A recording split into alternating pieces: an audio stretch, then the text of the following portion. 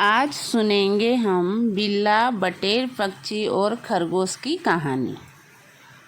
दंडक वन में एक विशाल और बूढ़ा वृक्ष था। वृक्ष के कट्टर में एक बटेर पक्षी घर बनाकर रहता था। बटेर के लिए यह जगह सुरक्षित थी, लेकिन जब गर्मियों में उसे पेड़ के आसपास खाने को कुछ भी नहीं मिलने लगा तो वो वहाँ से निकलकर दूर एक गेहूं के खेत में जाकर रहने लगा। वहाँ उसे भरपेट गेहूं का दाना मिलने लगा। अब वहाँ वो संतुष्ट था। उधर एक खरहा अपने लिए घर ढूंढ रहा था। खोजते खोजते उसने उसी पेड़ के खोखले तने को देखा जिसमें पहले बटेर रहता था, लेकिन अब वह कोठर खाली था। खरहा उसी कोठर को अपना घर बनाकर रहने लगा।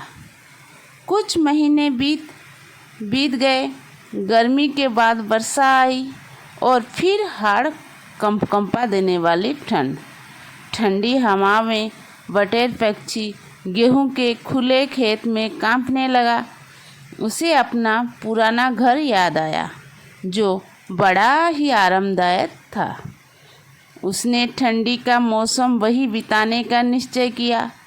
गेहूं का दाना खा खा कर वह इतना मोटा तगड़ा हो गया था कि अब कुछ दिनों तक वह बिना भोजन के भी रह सकता था।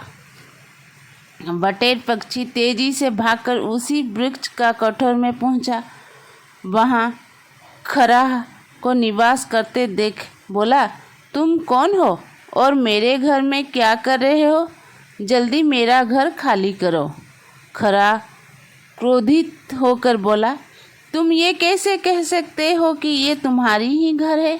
मैं तो जब घर खोज रहा था तब यह जगह मुझे खाली पड़ी हुई मिली और मैं इसमें रहने लगा। अब ये मेरा घर है, इसीलिए तुम जहाँ से आए हो वहीं वापस चले जाओ। बटेर ये बात मानने को तैयार नहीं था। दोनों देर तक झगड़ते रहे।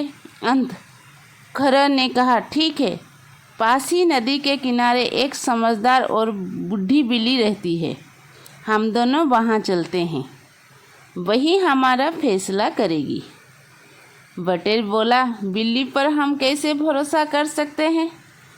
खरहे ने कहा, वह बिल्ली बहुत ही नेक और अच्छे स्वभाव वाली है, किसी का नुकसान नहीं करती। अनमने ढंग से बटेर खरहे के साथ बिल्ली के पास पहुंचा। बिल्ली ने दूर से बटेर और खरहे को आते देख लिया था। वो आंख बंद करके ध्यान मग्न हो गई। दोनों ने बिल्ली को दूर से प्रणाम किया। बिल्ली बड़ी चालाक थी। दो शिकार देकर उसकी आंखें में चमक आ गई। बिल्ली ने बड़े प्यार से पूछा, बताओ तुम्हारी क्या समस्या है? खरहे ने कहा, हम दोनों एक घर के लिए लड़ रहे हैं, आपके पास फैसला कराने आए हैं। बिल्ली ने चालाकी से कहा, मैं बूढ़ी हो गई हूँ, आँख और कान दोनों कमज़ोर हो गए हैं। मेरी करीब आकर बैठो ताकि मैं अच्छी तरह तुम्हारी बात सुन सकूं। बटेर डरते हुए खरगोश के साथ आगे बढ़ा और बिल्ली के एकदम करीब पहुंच गया। बिल्ली तो बस इसी मौके की प्रतीक्षा कर रही थी।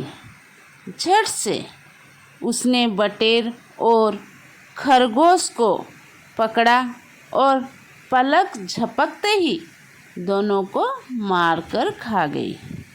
बटेर और खरगोश को क्या पता कि ध्रुव का स्वभाव कभी नहीं बदलता, भले ही वो अपना रूप बदलकर सामने आ जाए।